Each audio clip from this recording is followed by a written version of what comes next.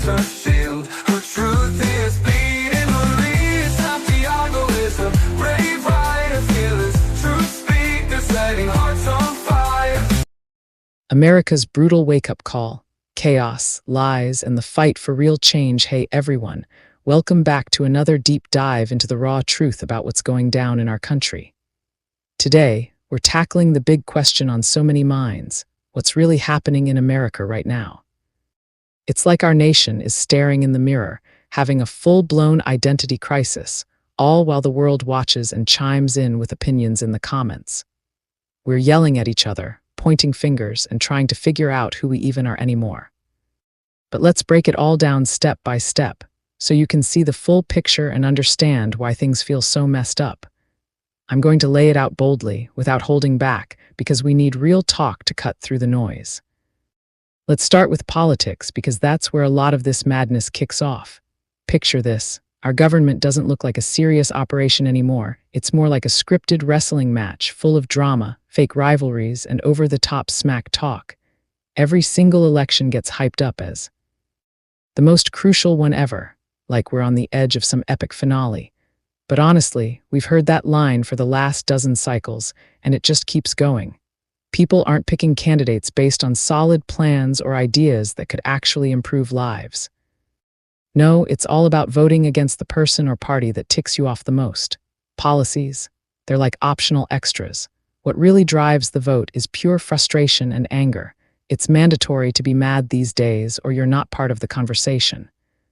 This setup divides us into camps where compromise feels like betrayal, and it leaves everyday folks feeling powerless, like their voices don't count unless they're screaming. Now, shift over to the economy, and you'll see why so many are struggling just to keep their heads above water.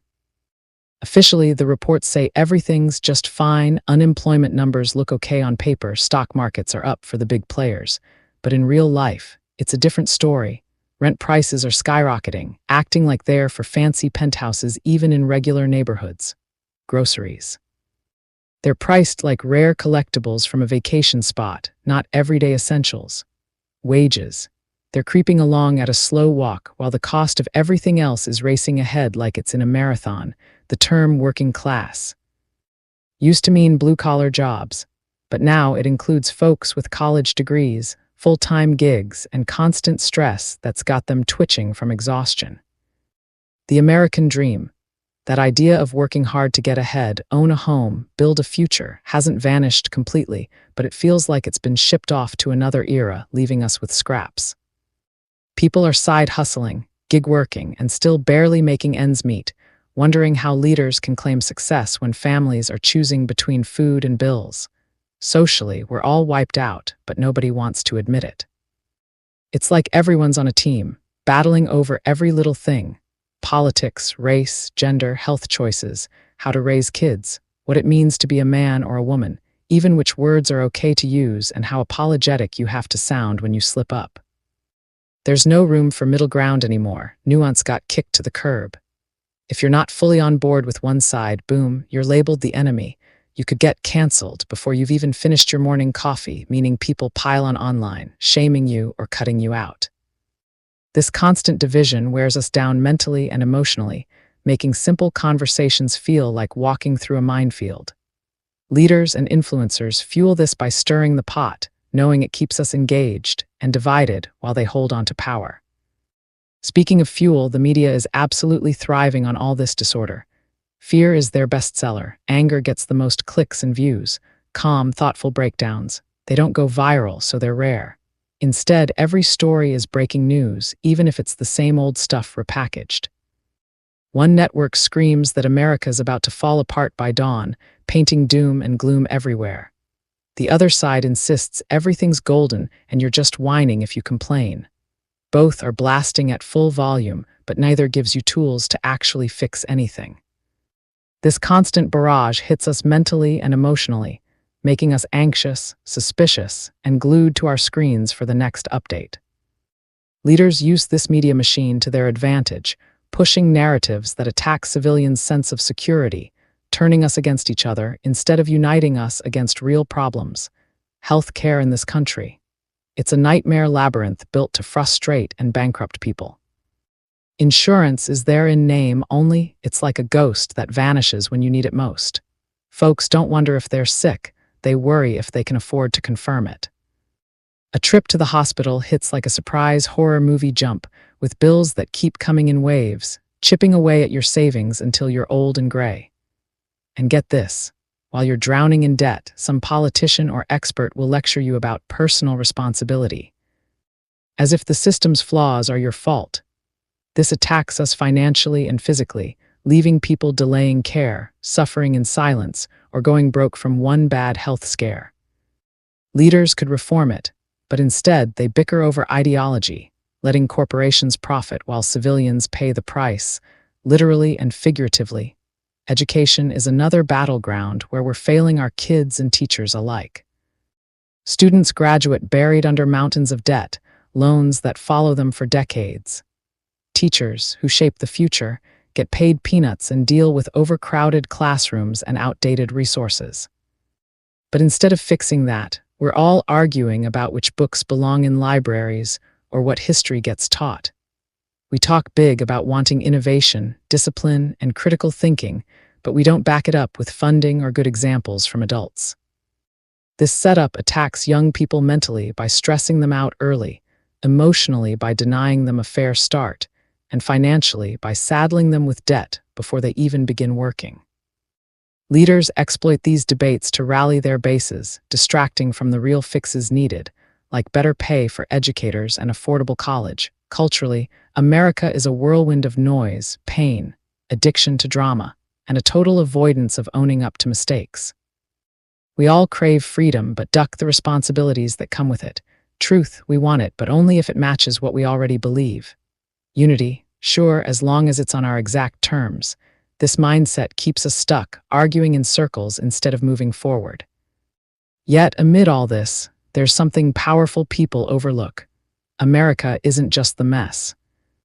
It's millions of everyday heroes showing up daily, working tough jobs, raising families, lending a hand to neighbors, making art that inspires, starting small businesses against the odds, and piecing together a broken system. Our resilience hides behind jokes and sarcasm because straight-up despair would slow us down too much. So, why are leaders attacking civilians mentally, emotionally, financially, and even physically? It boils down to power and control. Mentally, they bombard us with mixed messages and fear tactics through speeches, ads, and social media, making us doubt our own realities and feel constantly on edge. Emotionally, they pit groups against each other, stoking divisions on race, class, or politics to keep us too busy fighting among ourselves to challenge their failures. Financially, policies favor big corporations and the wealthy, like tax breaks for billionaires while cutting social safety nets, leaving the rest of us squeezed by inflation, low wages, and unaffordable basics. Physically, it shows in neglected infrastructure that leads to accidents, underfunded public health that worsens crises like pandemics, or even policies that expose people to harm, like weak gun laws amid rising violence. Leaders do this because a divided, worn-out population is easier to manipulate. They stay in power by promising to fix the very problems they help create or ignore. It's not always direct attacks. Sometimes it's neglect disguised as tough love. But the result? Civilians bear the brunt, feeling assaulted on all fronts while leaders insulated by wealth and security point fingers elsewhere. America isn't crumbling into dust. It's in the middle of a loud, messy argument with itself. We're overdue for straight-up honesty, tired of the sales pitches, the condescension, and the endless lies. This is what happens when a nation founded on bold promises dodges the tough talks for years. The volume cranks up, the flaws show through, and the facade cracks wide open. What's unfolding is a reckoning, a forced reset in a total mess of a moment. Whether we turn this into real growth or watch it explode depends on us choosing bravery over easy outs, facts over loyalty to teams, and smart thinking over knee-jerk reactions. No catchy slogans, no superhero saviors, just facing reality head-on. And reality isn't whispering anymore. It's pounding on the door, demanding we answer. America's hidden war on its own people. Why leaders keep us overwhelmed, divided, and struggling. Hey friends, pull up a chair because we're diving straight into one of the toughest truths facing our country right now. Why do so many leaders seem to be hitting everyday Americans hard, mentally, emotionally, financially, and even physically? It's not random bad luck or simple mistakes. The plain, fearless answer is this: power stays easiest when people are too worn out, too distracted, and too divided to push back. That's the core strategy many in charge rely on, even if they never admit it. And in 2026, with everything from skyrocketing health costs to endless political drama, it's clearer than ever. Let me walk you through this step by step, so you see exactly how it works and why it's happening. No sugarcoating, just straight facts and real talk. First, mentally, leaders flood us with confusion on purpose. Think about it: contradictory messages every day, rules that change overnight, one crisis after another blasting from every screen. When your brain is in constant survival mode, you can't plan ahead or question big things. You just react, and reactions are super easy to direct. A mentally drained person doesn't organize rallies, doesn't dig into policies. They're too busy trying to keep their heads straight. Recent reports show how cuts to mental health funding and programs are making this worse, leaving millions without the support they need while chaos keeps ramping up. It's like turning down the lights in a room so no one notices the mess. Emotionally, fear and anger are the biggest tools in the toolbox. Leaders push stories that make us terrified of each other, neighbors, strangers, whole groups. They stoke suspicion, rage, and guilt until emotions take over and logic takes a backseat. When you're emotionally unstable, you're more likely to fight the person next to you than challenge the ones at the top. We've seen this play out in heated rhetoric that paints the other side as existential threats, dividing families and communities. Polls show massive emotional polarization now. People don't just disagree, they fear and hate the other team. That division keeps us from uniting against real shared problems like affordability or safety. Financially, this one's a straight-up leash. Debt piles up, inflation quietly steals your buying power, wages lag while costs explode, rent, groceries, everything. You end up trapped in a grind where you can't afford to stop working, let alone protest or vote with your full energy. Living paycheck to paycheck eats your mental and physical bandwidth. In 2026, we're seeing huge jumps in health insurance premiums, way beyond wage growth or inflation, forcing families to skip care, rack up debt, or make impossible choices. Surveys show working-class folks, especially younger people, people of color, and women, are hit hardest, skipping meals or delaying doctor visits just to survive. Policies that favor big corporations and the wealthy while cutting safety nets keep this cycle going strong. It's not accidental. It's designed to keep people too busy surviving to demand change. Physically, neglect hurts bodies like violence, but with official paperwork. Underfunded healthcare means people delay treatment until it's too late. Unsafe housing, polluted areas, overpolicing in some neighborhoods, and zero protection in others, it all wears people down. When you're sick, exhausted, or in pain, fighting back feels impossible. Look at recent executive orders pushing forced commitments for homelessness and mental health issues instead of real housing or voluntary care. These can institutionalize people without due process, criminalizing poverty.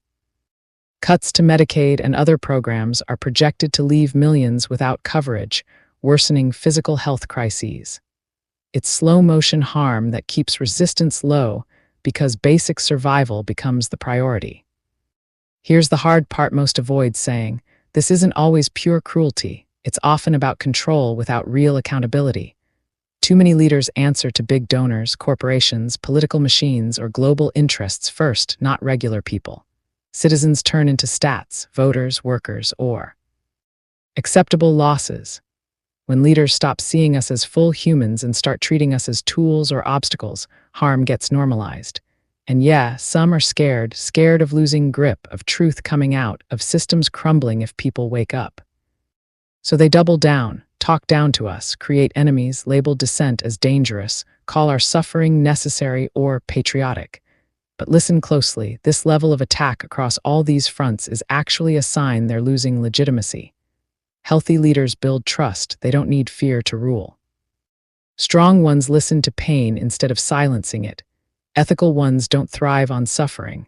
When systems built on inequality finally run out of excuses and masks, control tightens because trust has already collapsed. And right now, people are noticing. That's what scares those in power the most. We're starting to connect the dots. The division, the exhaustion, the endless grind, it's not us failing. It's a system rigged to keep us down. America, we're not powerless. This reckoning is painful, but it's also our chance. We choose courage over comfort, facts over blind loyalty, thinking over reacting. No more slogans or false saviors, just facing reality and building something better together. The noise is loud, but the truth is louder. If this message spoke to you, even just a little, stay connected with me by following. Your support truly matters more than you realize, and every moment you take to listen is deeply appreciated. Please leave a like on this video and share your thoughts in the comments after hearing the story. Follow and subscribe so you never miss what comes next. Your support keeps this space alive. It costs nothing, yet it means everything to me. Showing love through engagement helps me continue creating, speaking truth, and showing up consistently. I appreciate each and every one of you. Thank you for listening, for supporting, and for standing with me. Crowning Thoughts, True Speaker, copyright 2025 by Santiago D.C. Maria, licensed under Creative Commons Attribution. I love you all. I appreciate every one of you, and I thank you for your time. Stay blessed. Say